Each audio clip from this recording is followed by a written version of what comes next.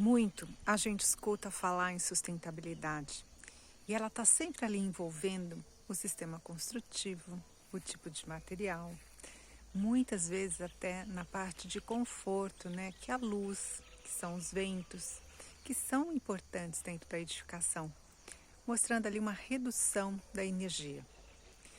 Mas pouco a gente tem visto projetos voltados à captação do elemento água.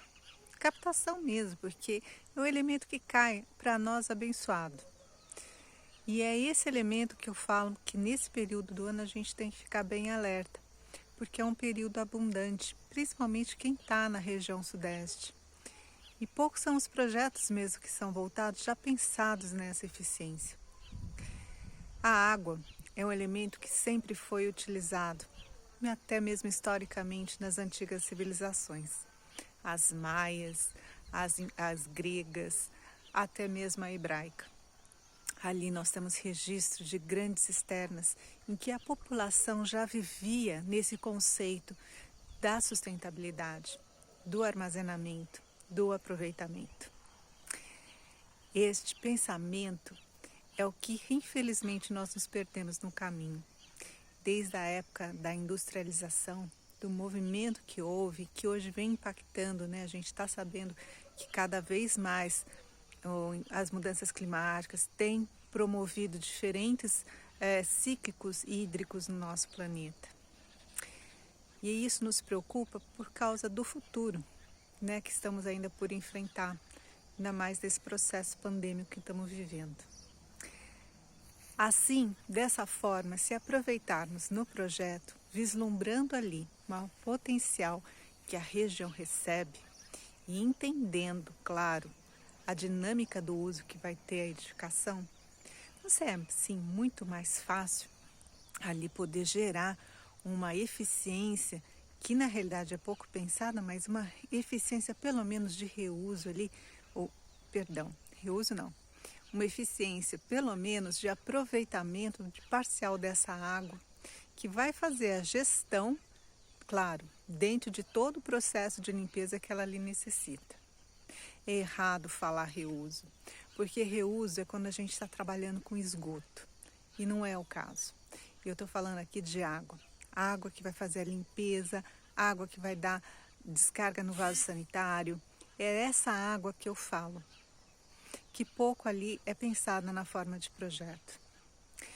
Quando a gente leva toda a parte de planejamento, né, que a gente imagina que vai atender todas as necessidades do usuário até o final, e dali deparamos no final exatamente com esse processo de necessidade de captação, muitos aqui são as barreiras, porque ali vão ter que ser reajustadas muitos processos ali que foram pensados na dinâmica da criação.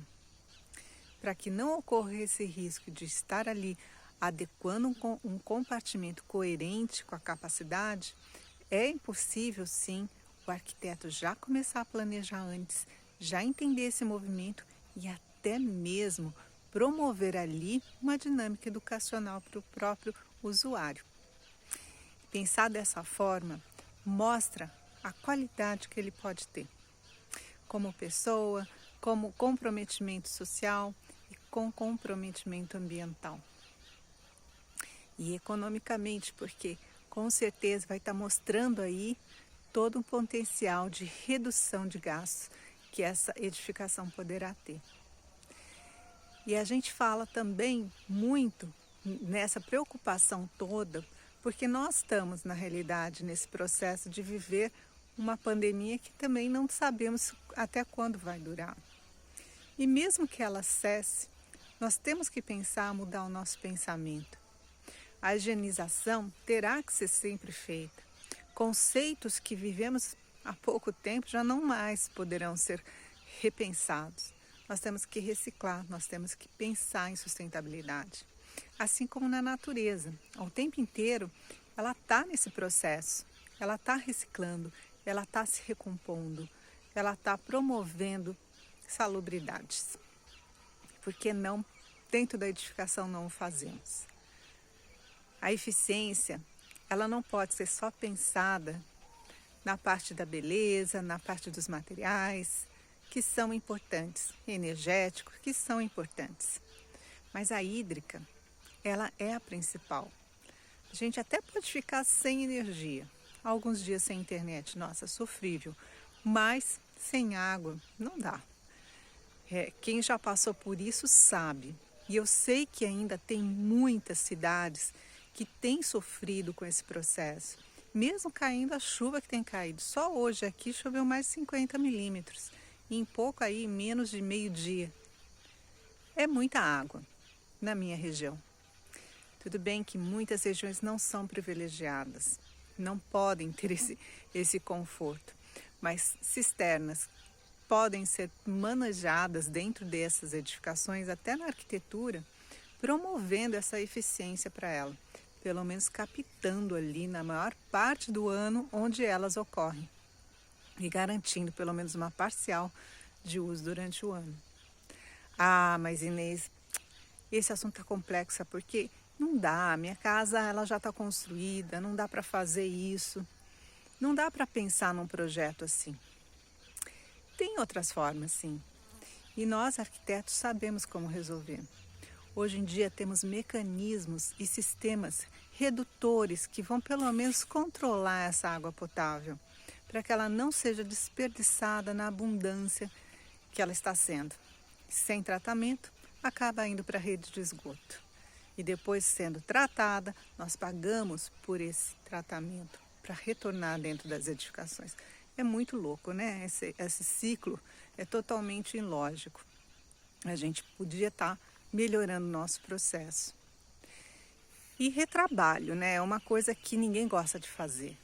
Principalmente quando você está ali terminando uma criação, se surpreende com uma falha que não daria para ter percebido antes, ou podendo ter sido melhor adequada dentro do processo, ou ter mesmo reconhecido a dinâmica hídrica que uma região ocorre, para ali até pensar plausivelmente um sistema de edificação mais bacana, que atenda a toda a dinâmica ali apresentada, da natureza apresentada.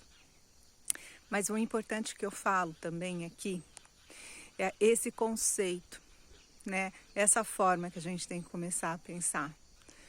Essa forma que a gente tem que começar a olhar de que maneira este valor, essa consciência, essa educação, né, pode estar ali sendo promovida dentro do projeto, adquirindo assim valor até mesmo para o seu usuário.